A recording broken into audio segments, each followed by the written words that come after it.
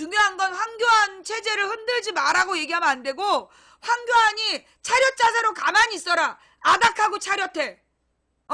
아닥하고 차렷해. 이게 우리의 요구야. 꼼짝하지 마라. 아무것도 하지 마. 예. 근데 나는 지금 이제 추미애가 계속해서 이제 말을 너무 빨리 하고 있다. 지금 추미애가 계속해서 말을 너무 빨리 하고 있음으로 인해서 그게 이제 범죄가 드러난 다음에 국민들이 개떼같이 들고 일어나서 황교안을 탄핵하라고 할 때 그때 야당이 받아야 되는데 추미애는 저게 지금 지가 먼저 나간 거야. 그래서 소위 새누리당 지지자들에게 비판할 빌미를 줬어.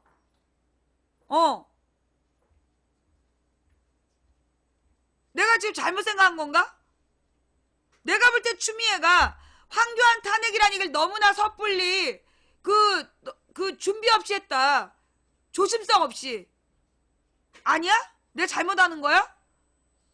괜히 추미애가 그렇게 얘기한 것 때문에 새누리당 지지자들이 지금 야당이 전국을 위기로 몰아넣고 있다라는 개소를 하게 한 거 아니냐는 거지. 지금 계속 추미애가 헛발질하는 이유가 뭘까? 저기 검찰에서 추미애 선거법 위반으로 300만원 구형했다며. 지금 검찰이 그 추미애한테 선거법 위반으로 300만원을 구형을 했다는데? 그러면 이게 뭐냐? 만약에 법원에서 그 300만원은 아니지만 100만원이라고 받았다. 그러면 추미애는 국회의원직을 박탈당해. 물론 2심 3심을 해야 되지만, 예. 그러니까 이제 이 추미애가 그때 박근혜한테 정상회담을 왜 하자고 했을까? 지금도 나는 그게 궁금하고, 그 뒤로 계속해서 그 악플 달릴 짓을 골라 하고 있는 이유가 뭘까? 혹시 그 선거법 재판하고 관계된 건가? 뭔가 자꾸만 수상하다.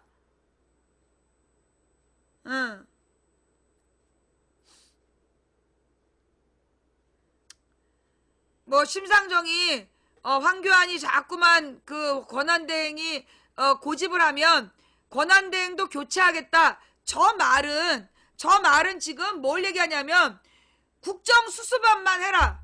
지금 현상 유지만 하라는 말이야. 추미애 말하고 심상정 말 한번 비교해 보실래요?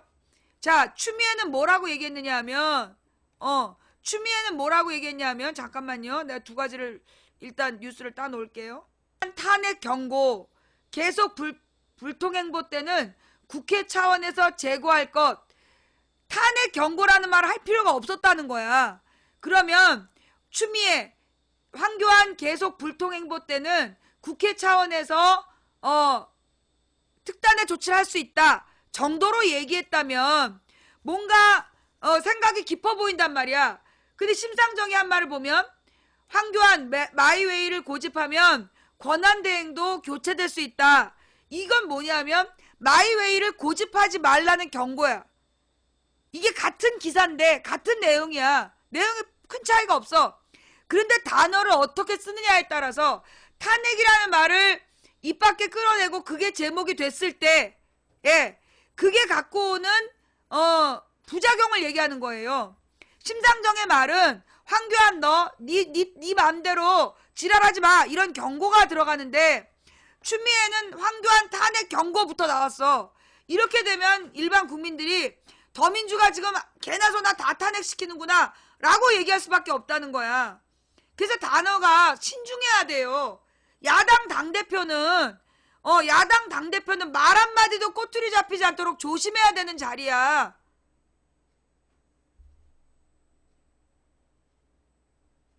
그러니까 추미애더러 지금 생긴 별명이 탄핵 전문가라는 거 아니야. 노무현도 탄핵하고 박근혜도 탄핵하고 그 말을 퍼뜨린 놈들이 지금 이게 박근혜하고 노무현을 동급으로 만들려고 이게 그 주장을 물타기 하고 있단 말이야. 그래서 추미애가 왜 자꾸 말실수를 하는지 그 이유를 모르겠다고. 왜 구설수에 오를 짓을 골라 하는지. 혹시 이 선거법 위반 때문에 그러는 건지 도대체 왜 그러는지 이해가 안 된다. 자, 이래서 추미애에 대한 분노가 일어났지만 마지막 이야기는 요걸로 마무리할게요. 예, 마지막 이야기가 뭐냐 하면 이 박근혜 체면을 살리러 인천에서 1,000억을 날렸다. 예.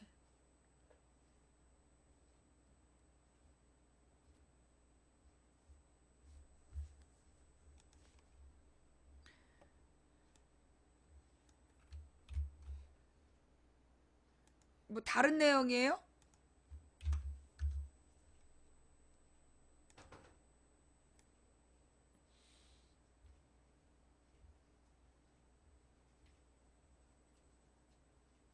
오늘 아침에 나온 내용인데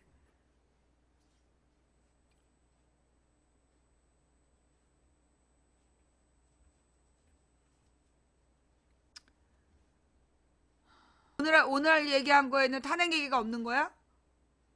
그러니까 추미애가 오늘 아침 9시에 황교안에게 더 이상 국회를 무시하거나 탄핵 민심을 외면하는 불통행태를 보이면 국회 차원에서 제거할 것을 엄중 경고한다라고 압박했다. 이 조속한 국정 안정을 위해서 국회와 정부 정책협의체를 제안한 것이다. 야3당 대표회담에서 확인한 것을 황교안이 조속히 받으라고 이같이 말했다. 그는 이어 황교안이 야3당이 제의한 협치를 거부한 가운데 외교부는 위안부 등 한일 합의사항을 착실히 이행한다. 도대체 어느 나라 외교부인가라며 촛불 민심은 잘못된 위안부 합의, 한일 군사정보협정을 중단, 철회 취소하라고 요구한 지 오래라고 질타했다. 그는 촛불 민심이 탄핵을 한 것이다. 탄핵은 박 대통령과 측근의 부정부패뿐 아니라 국정농단과 잘못된 악정에 대해서도 우리 국민이 레드카드를 낸 것이라고 꼬집었다. 이게 같은 사건에 대한 보도라면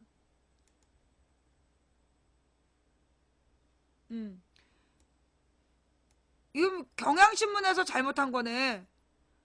탄핵이란 말 안 했네. 경향신문에서는 지금 탄핵을 경고했다라고 나와 있는데 뷰스앤뉴스에 보면 탄핵이란 말이 없어. 그러면 이게 지금 경향신문에서 추미애가 탄핵을 경고했다 이렇게 해서 그 추미애가 욕먹도록 유도했다는 건가?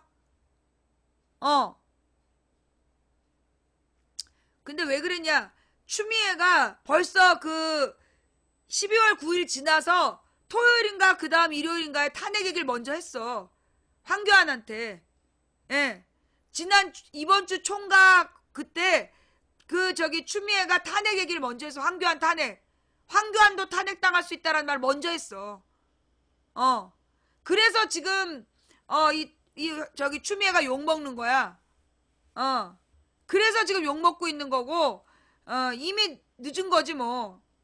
하여간 자 그래서 이제 그 얘기는 여기까지 하고 넘어가서 그러니까 지금 이제 이 야3당이 논의하는 건 황교안한테 지금 네 맘대로 함부로 정치하지 말고 야3당 뜻에 따라서 정치해라. 그래서 야3당 협의체를 만들라는 거야. 야3당이랑 논의하는 정책협의체를 만들자고 얘기했는데 황교안이가 못 들은 척하고 지 혼자 막 잘난 척하고 돌아다니는 거야. 그래서 지금 야3당 의원들이 분노하고 있는 건데 박지원이는 찬성한가 반대하나 보지? 예. 이게 무슨 얘기냐? 이제 박근혜 체면을 지키기 위해서 인천에서 1,000억 원을 날렸다는 거야. 인천 지방재정에서 1,000억 원이면 어마어마한 돈인데 그 돈을 박근혜 체면 때문에 날렸다는 거야. 이게 무슨 얘기냐? 경량급 펀드 사기극을 인지하고도 박근혜 체면 때문에 그냥 강행을 하는 바람에 인천시에서 빚을 떠안았다. 안종범이가 발표한 다음날 계약을 맺은 놈들이 가짜라는 거 알았지만 보도가 나갔으니까 어쩔 수 없다라면서 슬그머니 발을 뺐대. 그래갖고 이제 차은택과 비밀리에 아랍에미리트에 사전 방문하고 그런데 여기서 최순실의 개입 가능성도 있다. 예, 이건 인천 시민들이 들고 일어날 문제야. 박근혜 정부와 인천시의 공격적 투자 유치가 만들어낸 쾌거로 찬양받았던 인천 검단의 스마트 신도시 프로젝트는 1,000억 원의 이자 비용만 날린 채 지난달 17일 신기루처럼 막을 내렸다. 유정복 인천시장이 이행 보증금 등 투자 조건이 서로 맞지 않다고 했지만 진짜 이유는 따로 있었다. 애당초 4조 원에 달하는 프로젝트를 감당할 능력이 안 되는 경량급 펀드를 매머드 펀드로 믿고 협상을 진행했던 것이다. 박근혜 대통령 중동 순방에 맞춰 지난해 3월 안종범이 이 두바이를 방문한 유 시장은 두바이 투자청으로부터 4조 원에 달하는 투자 유치에 성공했다고 보도 자료를 배포했다. 박근혜랑 같이 갔기 때문에 이제 투자를 유치했다고 막 보도자를 뿌린 거야.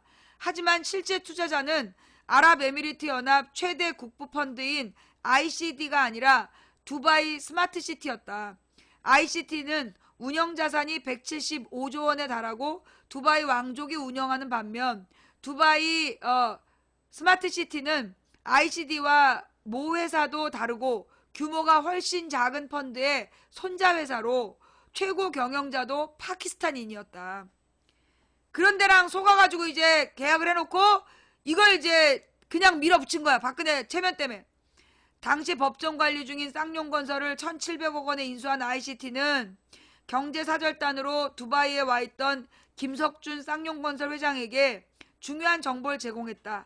ICD는 한국신문을 보니까 ICD가 검단에 투자하는 걸로 돼 있는데 검단 사업은 우리와 전혀 상관이 없고 두바이 이름이 더럽혀지는 것을 원치 않는다라고 했다. 김 회장은 바로 다음날 안수석을 찾아가 ICD의 우려를 전달했다. 쌍용건설 측에 따르면 안수석은 순간 이거 보도가 나갔을 텐데 어떡하지? 라며 당황한 표정을 지었다. 하지만 곧바로 어제 이 얘기를 알았으면 좋았는데 이제 할 수 없지 뭐 라며 사업을 그대로 강행했다는 태도를 보였다. 이건 안종범이 이놈한테 뜯어내야 되겠네. 1,000억 원어치 노역을 사라고 해야 되겠네. 안 전 수석은 왜 원점 재검토 지시를 내리지 않았을까? 이유는 인천시가 배포한 보도자료에 있었다. 인천시는 두바이가 직접 투자한 세계 세 번째이자 동북아 최초의 조성 도시라며 장밋빛 전망을 제시하면서 박 대통령이 중동 순방에서 초대형 성과물을 내놨다라고 발표했다. 그러니까 이게 이명박의 원전쇼랑 똑같은 거야. 이명박의 42조 원짜리 원전쇼 그것도 뻥이었잖아. 박근혜가 4조 원짜리 또 쇼를 한 거지.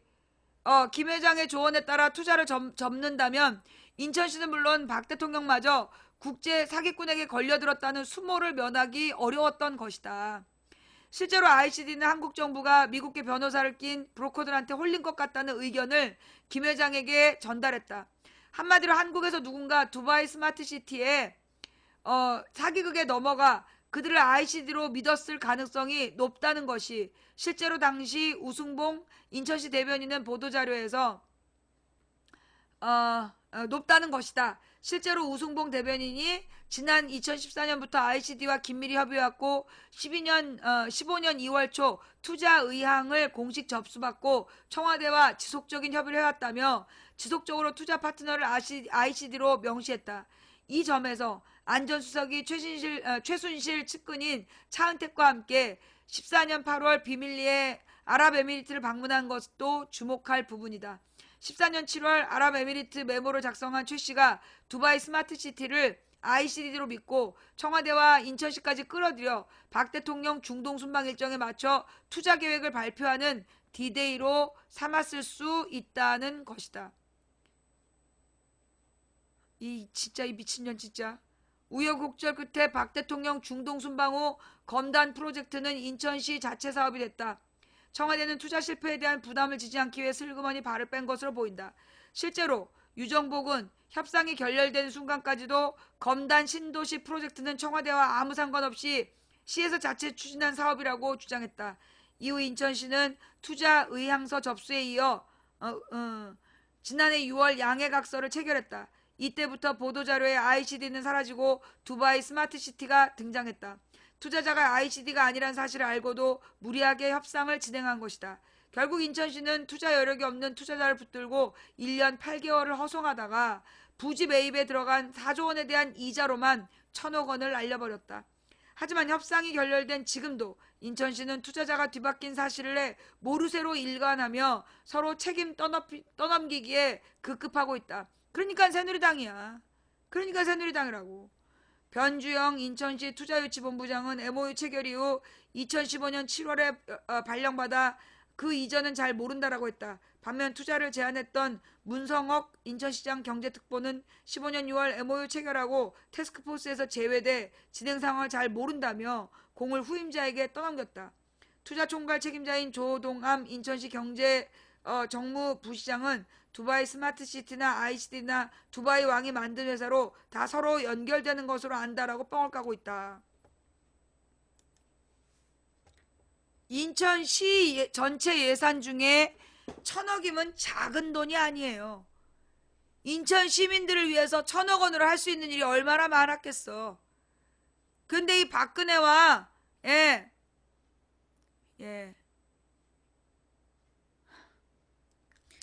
박근혜와 이 최순실이가 이런 짓거리를 계속 해왔다라는 거죠.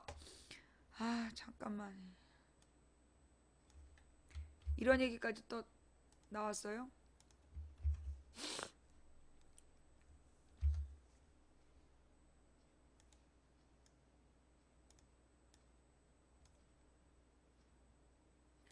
어제 나온 뉴스네.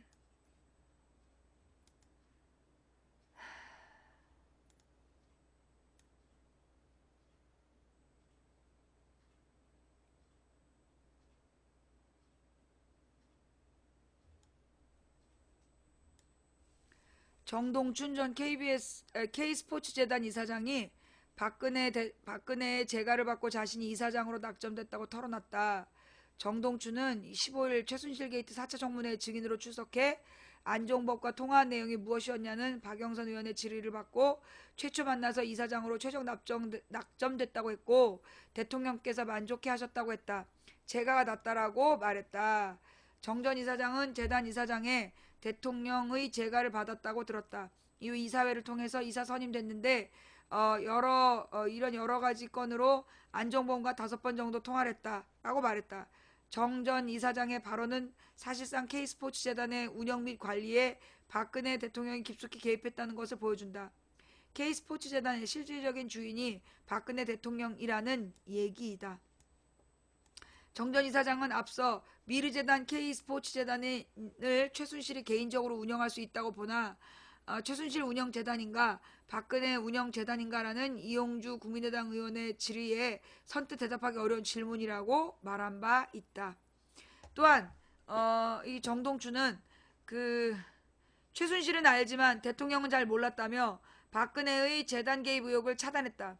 하지만 박근혜가 직접 이사장 인사까지 관여했다고 실토하면서 재단의 실질적인 관리 및 운영자가 박근혜였다고 고백한 꼴이 됐다. 미르케이 스포츠재단 설립과 운영 문제점을 첩보받아서 내사를 받았다는 이석수 전 특별감찰관도 대통령이 운영하는 재단으로 볼 성격으로 판단했느냐는 질문에 그럴 가능성도 배제할 수 없다고 판단했다라고 말했다.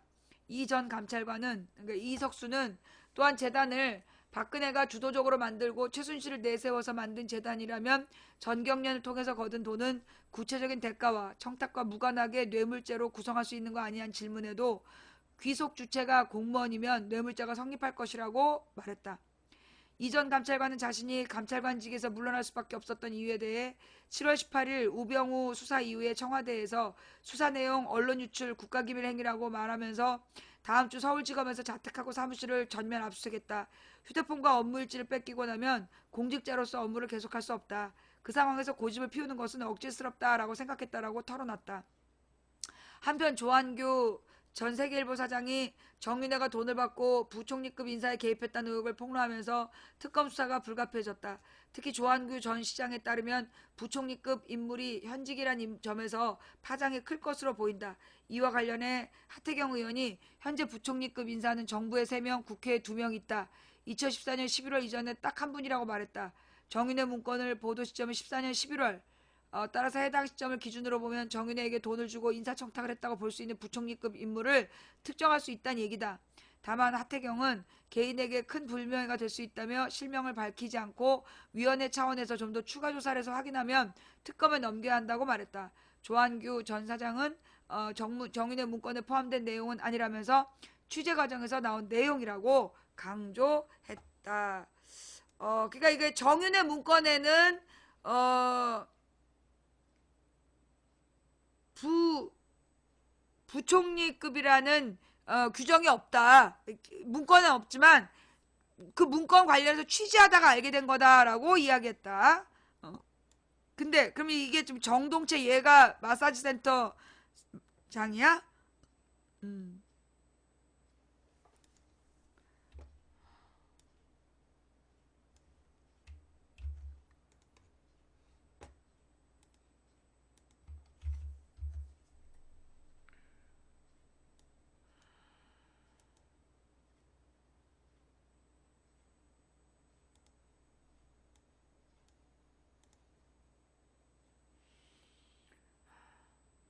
이게 스마트폰으로는 누가 소리를 내서 읽어줄 수 있는데 아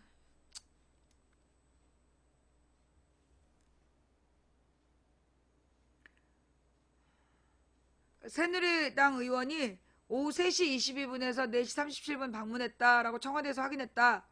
김장수 주중대사 유리 깨서라도 구하라는 워딩은 청와대에서 물어보니 없더라. 참사 당일 박 대통령은 유선 지시 내용 저장돼 있다는 뜻. 그러면 이 미용사가요 오전에 들어갔다는 건 증거가 없다는 얘기네? 그죠? 예. 지금 이 미용사가 MBN에서 주장한 바에 의하면 이 미용사가 오전에 들어가서 아이롱 파마를 했다는 얘긴데 지금 이 새누리당 의원은 그런 거 아니다. 3시 22분부터 4시 30분까지밖에 없었다. 지금 이렇게 얘기하고 있는 거잖아. 그죠? 예. 아이롱 파마에 대해서는 아니라는 거야? 그리고 지금 대통령 유선 지시 내용이 남아있다라고 얘기를 하는데 그 뭐 남아있는지 어쩐지 확인이 안 되는 거죠? 예. 예, 그럼 됐고 이거 넘어가고 그 다음에 조금 아까 국정조사위원들이 국정조사위원들이 김영재 의원을 방문했는데 이 병원에서 비협조해갖고 대치 상황이었잖아요. 그건 어떻게 된 거야? 최순실 가명으로 136차례 시술받고 8천만 원 현금 결제했다. 자신의 생일을 숨기고 박 대통령 생일로 적기도 했다. 그래요. 네. 그 상황은 끝났고 청와대는 어떻게 됐어요? 근데 그런 내용은 오늘 있었던 일은 또 뉴스로 나온 걸로 보기로 하고 예. 지금 제일 확인하고 싶은 건 뭐냐면 새누리당 원내대표가 나경원이 떨어졌잖아. 예. 나경원이 떨어지고 친박이 지금 된 거잖아요. 그죠? 예. 그러면 그 부분에 대해서 나경원이 떨어진 거야? 아니면 사퇴한 거야? 정우택이가 됐는데, 그러니까 친박이 됐잖아. 근데 왜 또 이정현이는 사퇴하냐고. 이정현이는 왜 또 사퇴를 했고, 그 다음에 그 정우택이는, 거의 아까 볼 때까지만 해도 나경원이가 유리해 보였는데, 7표 차이로 떨어졌다.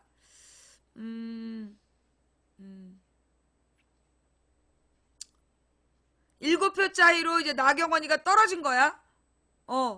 그 정우택이 친박인데, 그리고 이 YTN에서 정우택은 가로 열고 친박 이렇게 써놨더라고.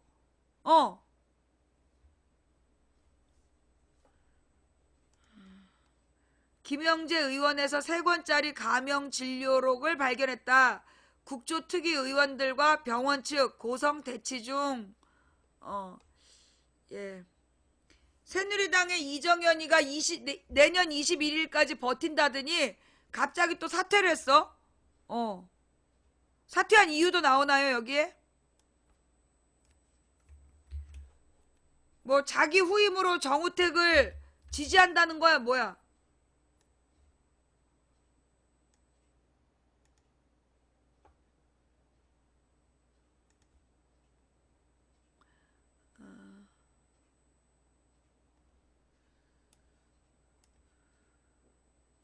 이정현이가 그만둔 이유는 안 나와.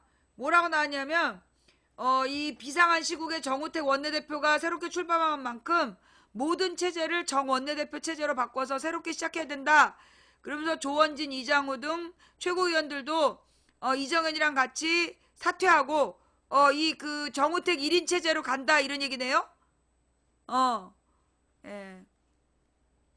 얘네들의 꼼수가 뭘지, 예, 지금 얘네들의 꼼수가 뭘지는 제가 또 뉴스들을 좀 더 들어보고, 예, 뉴스를 좀 찾아본 다음에 연구해서 그 내일 가능하면 내일 말씀드리고 아니면 일요일 날 말씀드릴게요. 예, 일요일 저녁 방송에서 정우택이 어떻게 친박이면서 원내대표를 차지할 수 있었냐. 요거는 일단 지금 딱 드는 생각은 지난번에 박근혜를 탄핵한 게 62명 정도의 새누리당이 박근혜를 버렸다. 그래서 이렇게 되면 비박계가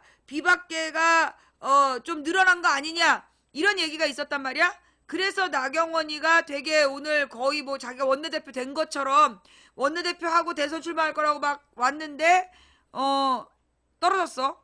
자세한 그 뒷배경을 알아봐야 될 것 같아요.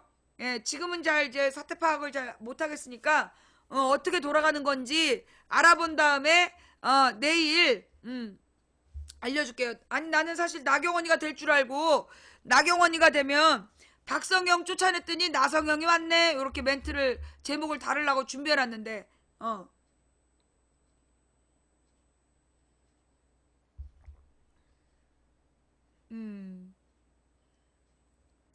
그러니까 박근혜가 수요일 날은 거의 업무를 보지 않았고 주로 이제 연속극 보고 드라마를 즐겼다, 오락프로를 즐겼다 이런 얘기. 박근혜가 자기는 헌법 위반 안 했다, 탄핵 사유 없다라고 버티면서 답변서를 제출했다. 이중환 등 4명의 대리인단을 선임해가지고 지금 지는 헌법을 어기지 않았다라고 얘기했다는데 그 답변서의 내용이 우리가 지금 공개가 안 됐기 때문에 이걸 우리가 이제 평가할 수 없잖아요. 그죠? 답변서의 내용이 지금 공개가 안 됐을 거라고. 공개됐나요? 그래서 이제 하여튼 그래서 그 박근혜가 이 탄핵 건수에 대해서 자기 변명을 계속 하려고 한다. 그러니까 그 변론을 다 들어줘야 되느라고 시간을 끌 수밖에 없다라고 그 이제 헌재의 전 재판관이 얘기를 한 거 아니에요? 그래서 이제 이 그러니까 탄핵이 되면 내가 그 탄핵하기 전에 계속 그랬잖아. 탄핵이 되면 이거 중요하다. 권민철의 훅뉴스. 이거 같이 들어봐야 돼. 탄핵이 되면 실제로 우리가 결정하지 못하고 그 헌재에다가 의존해야 되기 때문에 아주 골치 아픈 상황이 된다. 그래서 탄핵은 안 된다라고 내가 그렇게 주장을 했는데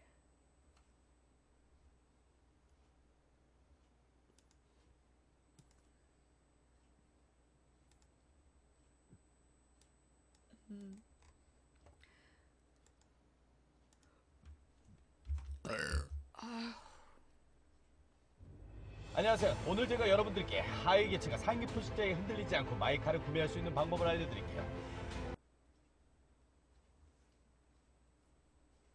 광고였어요.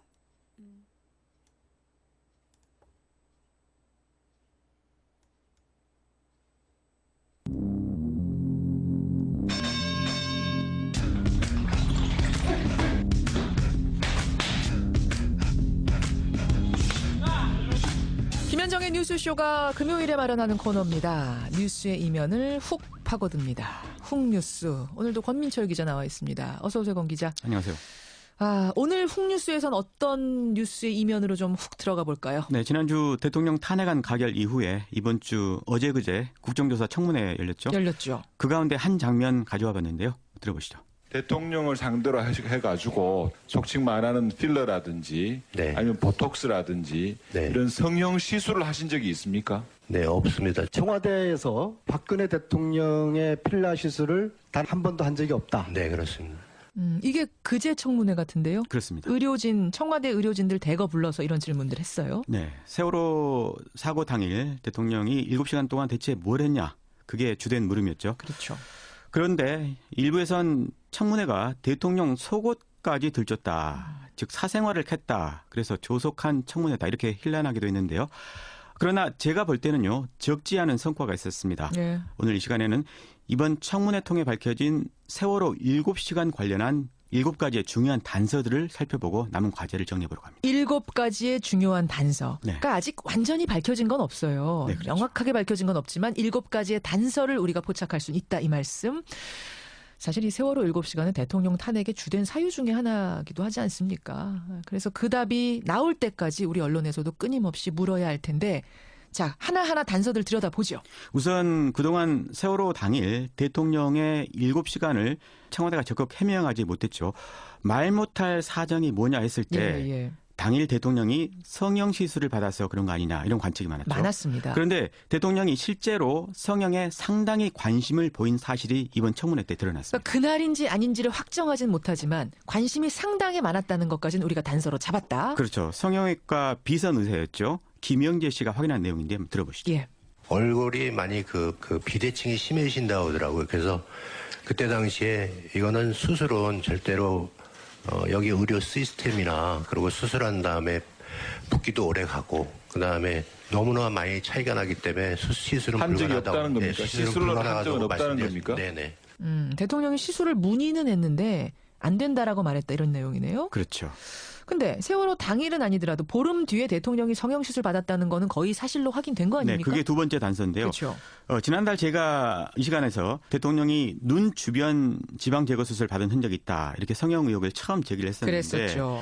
눈 밑뿐만 아니라 오른쪽 입꼬리, 그저 한자로 팔자 모양 주름 있죠. 이거를 없앤 사실도 이번에 추가로 드러났죠. 이 부분도 한번 들어보시고요. 대통령 얼굴에 선명한 피멍 자국이 보이고 있습니다. 이 주사 바늘 자국과 피멍 자국에 대해서 어떻게 소견을 갖고 계십니까? 이것은 필러 같습니다. 네. 필러죠? 예.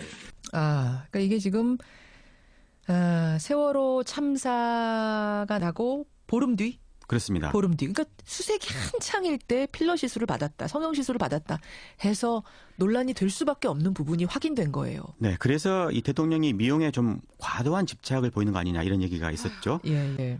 그러면 세월호 당일 얘기로 다시 돌아와서 진짜 그날 성형 시술을 받았는지는 가려내야 되잖아요. 네, 하지만 대통령 담당 의사들은 이 당일 청와대에 들어간 적도 없다. 예. 이렇게 청문회 때 전부 부인했었고요. 그리고 당일 행적을 증명해주는 증거들도 제출을 했습니다. 만약 이런 증거들이 조작되지 않았다면 3가지 경우를 상정해 볼 수 있습니다. 증거가 조작되지 않았다면 남는 3가지 경우 뭡니까? 당일 시술이 없었다면 전날 밤에 시술 받았을 가능성입니다. 의무실 간호장교도요. 예. 이 세월호 당일날 예. 대통령에게 의료용 가글을 전해줬다고 했거든요. 예. 민주당 손혜원 의원 음성 들어보시죠. 이 의료용 가글은 주로 필러를 할 때 많이 쓴다고 합니다. 입이 마비가 돼서 양치를 못할 때 그때 주로 쓰라고 이 의사들도 권고를 한다고 합니다. 그래서 약간 의심할 만한 그런 예라고 많은 분들이 제보를 해주십니다. 그러니까 전날 밤 세월호 참사 전날 밤 의료 행위가 있었기 때문에 평소 찾지 않던 가글을 당일 오전에 찾은 거 아니냐 이런 의문이군요. 그렇습니다. 다시 말해 세월호 7시간 행적을 탐색을 할 때 예. 그날 7시간뿐만 아니라 그 전날 7시간 그리고 세월호 당일 밤 7시간도 대통령이 뭘 했는지 함께 봐야 한다는 뜻입니다. 거기가 첫 번째 경우. 두 번째 경우는 뭡니까? 지금까지 알려진 비선 의사 말고 예. 제3의 비선 의사가 있을 수도 있다는 거죠. 어허. 왜냐하면 앞서 들으신 성형외과 의사 이야기는요. 비선 성형외과요. 예. 자신은 칼로 하는 성형의사라서 비대칭은 못 잡는다 이렇게 말을 했거든요. 그렇죠. 그럼 다른 성형의사가 있었을 가능성이 있다는 겁니다. 두 번째 경우. 그럼 제3의 비선의사도 아니라면 세 번째 경우는 뭡니까? 성형시술 가운데 필러 주사의 경우는요. 시술이 간단해서 주사를 잘 놓는 사람이면 누구든지 시술할 수 있다고 합니다. 그렇다면 청와대 의무실 간호장교 가운데 주사 잘 놓는다는 조모대위가 있거든요. 이번에 청문회 증인으로 안 나온 조모대위. 그렇습니다. 그 사람이 여전히 용의선상에 올려놓을 수가 있는 겁니다. 이 3가지 경우도 전부 단서가 될 수 있는 거군요. 그렇습니다. 그래요. 근데 성형 얘기만 우리가 지금 굉장히 많이 한 것 같은데 성형 말고도 대통령이 마약 성분의 프로포폴 같은 걸 맞고 정신이 혼미해진 상태라서 세월호 대응을 제대로 못한 거 아니냐 이런 의혹도 여전히 있지 않습니까? 그렇죠. 이거는 청와대가 터무니없이 많은 주사제를 구매한 사실이 드러나서 생긴 의혹이죠. 그렇죠. 그런데 주치의건 자문의건 비선의건 아니면 간호장교건 누구도 대통령에게 당일 주사 놓았다고 말한 사람은 없습니다. 그런데 이번 청문회에서 혹시 대통령 스스로 주사 놓은 거 아니냐 이런 관측을 낳게 하는 증언이 새롭게 나왔습니다. 이게 6번째 단서입니다. 그래요. 그런 얘기까지 나왔었나요? 그제 이 돌발적으로 나온 이야기였는데요. 이 청문회 엑스맨 내부의 적이라는 새누리당 이완영 의원이죠. 예. 이분이 김상만 의사를 상대로 한 신문에서 나온 말인데 이 부분 한번 들어보시죠. 예. 아무튼 그분 손에 쥐어줬습니다. 그 주사를 어떻게 맞아야 되는지 다 확인하고 설명 다 해드리고 직접 해드렸습니다. 간호장교한테 아니, 간호장교가 아니라 그분한테 해드렸습니다. 그분한테 해드렸습니다. 그분이 그러니까 대통령이라는 거예요? 그렇습니다. 대통령한테 주사 놓는 방법을 직접 가르쳐줬다? 네. 야, 근데 아무리 방법을 가르쳐줬다고 해도 대통령이 자기 팔에 직접 주사 놨다고는 상상하기 힘든 거 아닙니까? 그렇죠. 그렇죠? 네. 마지막 단서 그럼 뭡니까? 7번째는. 어떻게 보면 이게 제일 중요한 단서인데요. 바로 세월호 당일 대통령의 근태입니다. 근태라는 건 근무 태도. 네네. 조직 생활에서 아주 중요한 덕목이 바로 근태죠. 그렇죠. 주변에 근태 나쁜 사람들 한번 떠올려 보시죠.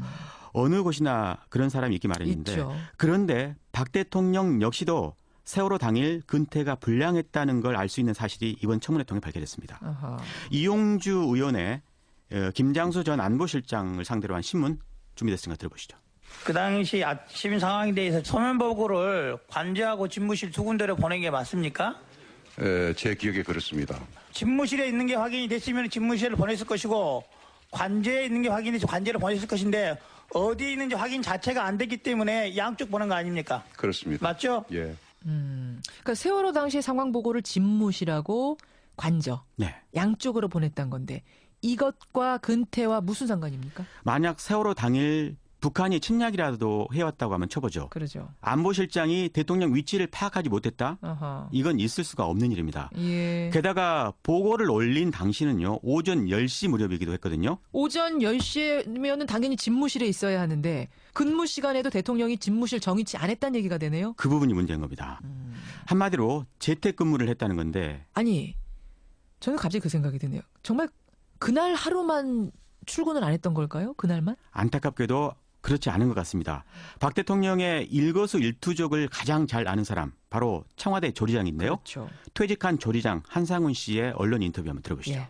박근혜 대통령은 평소에는 그냥 일요일이건 뭐 평일이건 비서관회의나 무슨 뭐 국무회의 외 일정이 없을 때는 거의 뭐 관저에 계시니까 그래서 세월호 그날도 관저에 계셨기 때문에 그 말을 처음에 못한 거라고 생각을 하죠.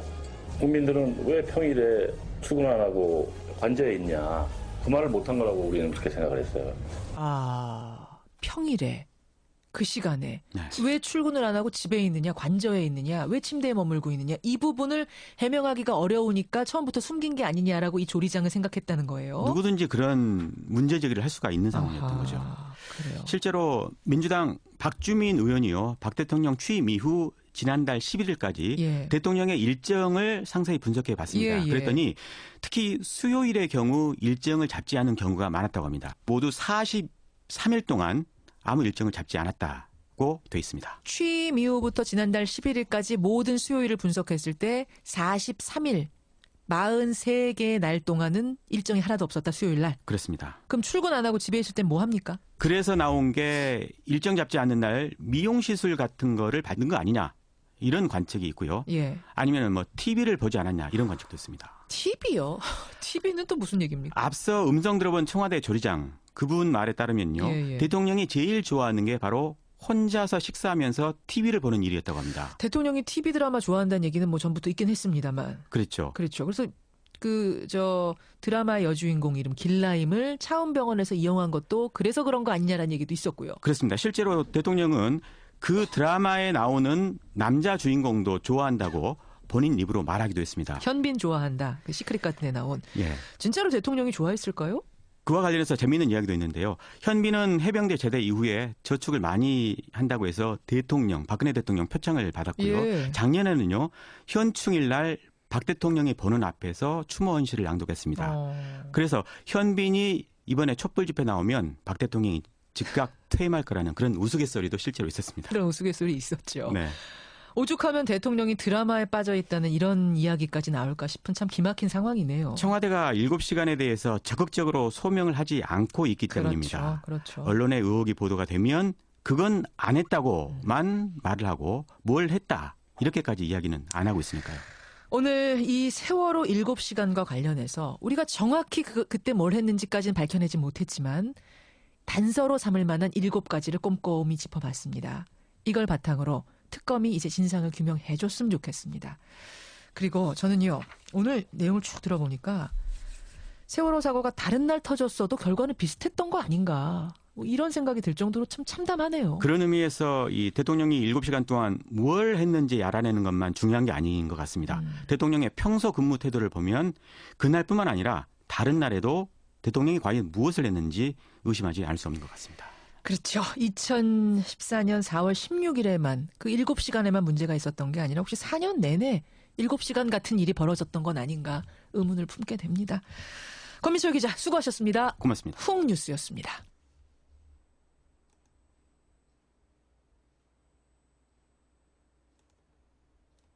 기가 막히죠?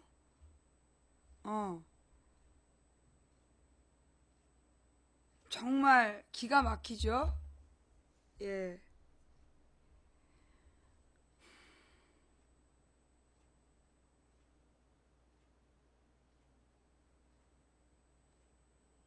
매주 수요일 놀았대잖아. 매주 수요일을 놀았다는 거야. 사람들이 죽어가는데,